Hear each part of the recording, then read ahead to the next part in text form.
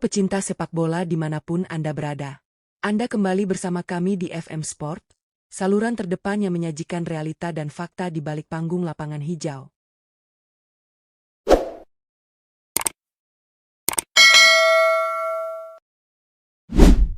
Ruang konferensi pers di kantor pusat Federasi Sepak Bola Prancis, FFF, seketika mendadak hening sebelum diiringi gemuruh tepuk tangan yang membahana. Sosok berharisma yang pernah menorehkan tinta emas dalam sejarah sepak bola dunia itu, akhirnya melangkah ke panggung utama. Zinedine Zidane secara resmi diumumkan sebagai pelatih kepala tim nasional Prancis. Penunjukan ini bukan sekadar pergantian taktis di kursi kepelatihan, ini adalah sebuah reuni emosional, takdir yang akhirnya terwujud, dan fajar baru bagi era kebangkitan Les Bleus. Saya kembali ke tempat di mana hati saya selalu berada. Memakai lambang ayam jantan di dada sebagai pemain adalah kehormatan luar biasa. Tetapi memimpin generasi luar biasa ini menuju puncak dunia adalah panggilan jiwa. Kami akan mengembalikan kejayaan Prancis dengan sepak bola yang membuat dunia berdecak kagum. Awal era baru, kebangkitan di bawah sentuhan sang maestro Zinedine Zidane. Lupakan kegagalan dan dinamika masa lalu. Dengan hadirnya Zidane, aura optimisme kembali terpancar dari jalanan Paris hingga ke dalam ruang ganti tim nasional. Dikenal dengan tangan dinginnya yang sukses membawa Real Madrid meraih gelar juara berturut-turut, Zidane membawa filosofi sepak bola yang elegan, adaptif, serta mentalitas juara yang tak tergoyahkan. Fokus utamanya sangat jelas. Membangun dinasti baru yang menakutkan dan mengembalikan mahkota Eropa ke bumi Prancis pada ajang Euro 2028. Generasi emas Euro 2028, kombinasi mega bintang dan bakat muda. Di bawah asuhan Zidane, Prancis memadukan kematangan para mega bintang dunia dengan ledakan bakat-bakat muda paling menjanjikan di benua biru. Zidane diperkirakan mengusung skema dinamis 4-3-3 atau 4-2-3-1 yang syarat kecepatan, transisi cepat, dan penguasaan bola yang efektif. Berikut adalah analisis lengkap posisi dan keunggulan masing-masing pemain di bawah mahakarya Zidane untuk Euro 2028. Mike Maignan. Posisi, sweeper keeper utama. Keunggulan, refleks sebagai kucing, kepemimpinan vokal di kotak penalti, dan keahlian mendistribusikan bola. Di bawah Zidane, Maignan tidak hanya bertugas menahan tembakan, tetapi menjadi orang pertama yang memulai serangan balik cepat lewat umpan jauh akuratnya, baik lemparan maupun tendangan. Zidane menyukai asimetri di posisi fullback dan kombinasi fisik otak di posisi bek tengah, mirip dengan duet Varane dan Ramos di Real Madrid. William Saliba. Posisi, back tengah kanan, ball-playing defender. Keunggulan, ketenangan luar biasa, pembacaan ruang yang jenius, dan akurasi umpan tinggi. Saliba adalah otak pertahanan yang akan memastikan Prancis keluar dari tekanan, pressing, lawan dengan elegan. Dayot Upamecano. Posisi, bek tengah kiri, stopper agresif defender. Keunggulan, fisik bak gladiator, kecepatan pemulihan posisi, recovery patch, dan agresivitas. Upamecano bertugas berduel fisik dengan striker lawan dan memutus serangan sebelum masuk ke area penalti. Jules Kounde. Posisi, bek kanan, defensive fullback inverted fullback.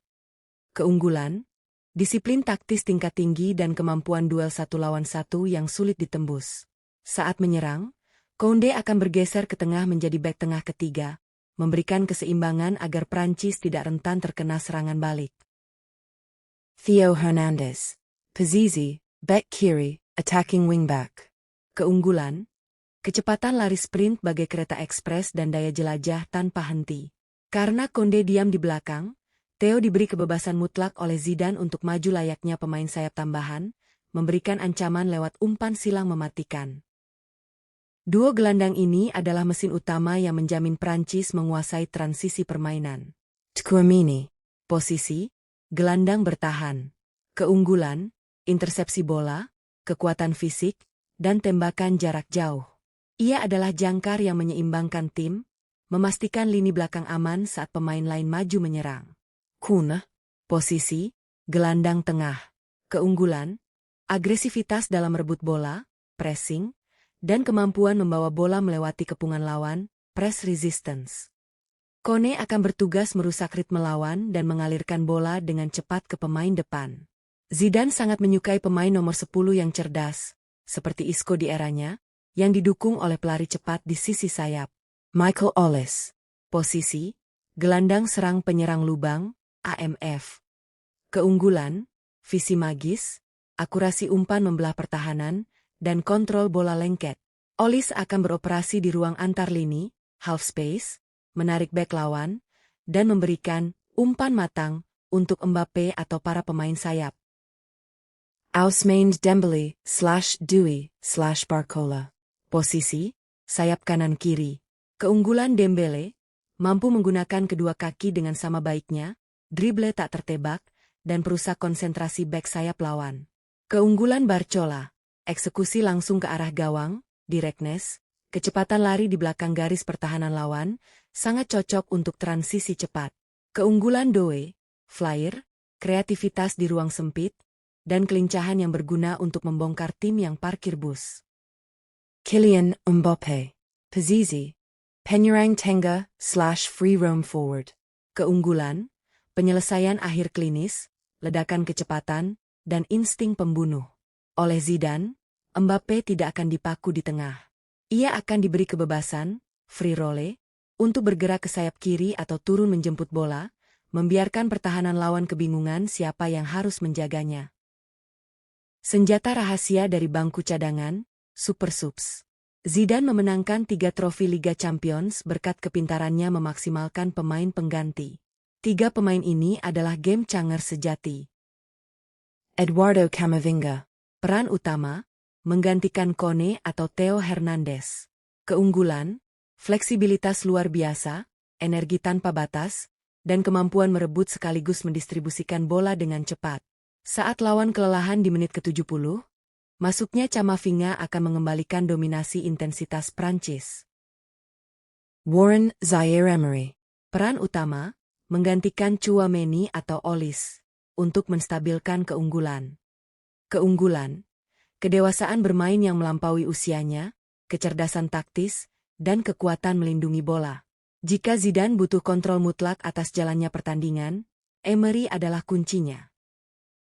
Ryan Cherki. Peran utama, menggantikan Olise atau winger saat deadlock. Keunggulan, kemampuan dribble 1 lawan 1 yang spektakuler dan trik-trik sulap di sepertiga akhir. Cherki adalah kartu as Zidane ketika Prancis menghadapi lawan yang bertahan total dan butuh keajaiban individu untuk memecah kebuntuan di menit-menit akhir. Prediksi skenario taktis Prancis era Zidane saat menghadapi tim berkarakter bertahan total atau tim dengan possession ball tinggi seperti Spanyol. Kejeniusan Zinedine Zidane terletak pada pragmatismenya. Ia tidak memaksakan satu gaya bermain mutlak, melainkan menyesuaikan taktik berdasarkan kelemahan lawan. Kemampuan ini akan sangat krusial di turnamen sekelas Euro 2028. Berikut adalah prediksi skenario taktis bagaimana Prancis era Zidane akan membongkar 2 gaya bermain ekstrim dari lawan. Skenario 1, menghadapi tim dengan blok rendah bertahan total, ultra defensif.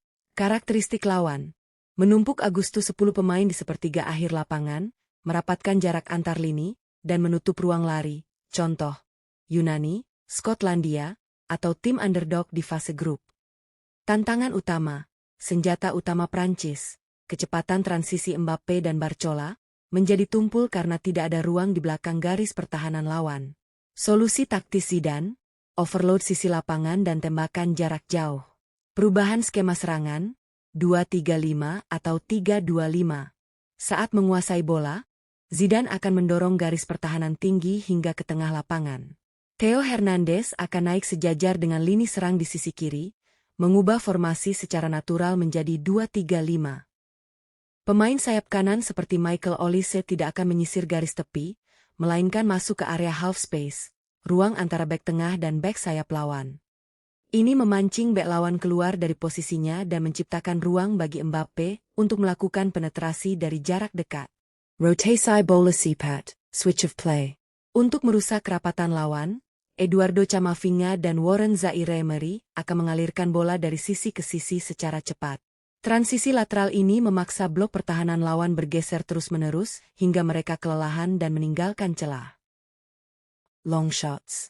Jika umpan terobosan gagal, Zidane akan menginstruksikan Aurelien Tchouaméni dan Camavinga kedua menghadapi tim possession ball tinggi, gaya Spanyol. Karakteristik lawan, menguasai bola hingga 65 hingga 70%, melakukan pressing tinggi, high press, segera setelah kehilangan bola, dan mendikte tempo permainan, contoh, Spanyol, Jerman. Tantangan utama, Prancis akan jarang memegang bola. Jika panik saat ditekan di area pertahanan sendiri, mereka bisa membuat blunder fatal.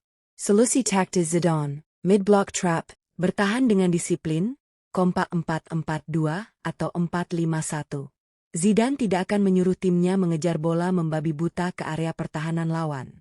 Prancis akan mundur teratur dan membentuk blok pertahanan menengah, mid-block.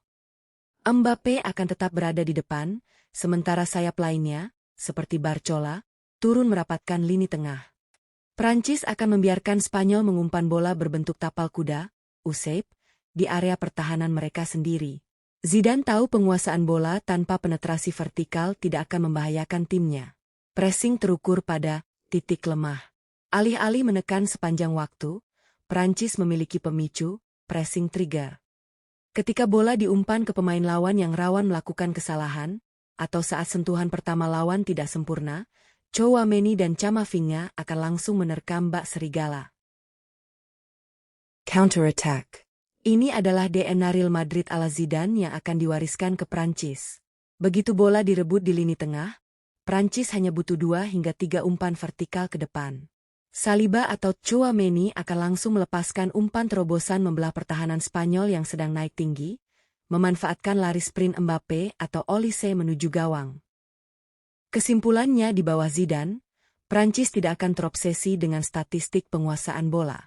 Mereka akan menjadi bunglon taktis, bisa tampil sangat sabar mengurung lawan di kotak penalti mereka sendiri, namun di pertandingan lain bisa sangat mematikan saat dibiarkan bermain lewat serangan balik kilat. Kedewasaan taktis inilah yang akan membuat Les Bleus sangat sulit ditaklukkan di turnamen sistem gugur seperti Euro 2028.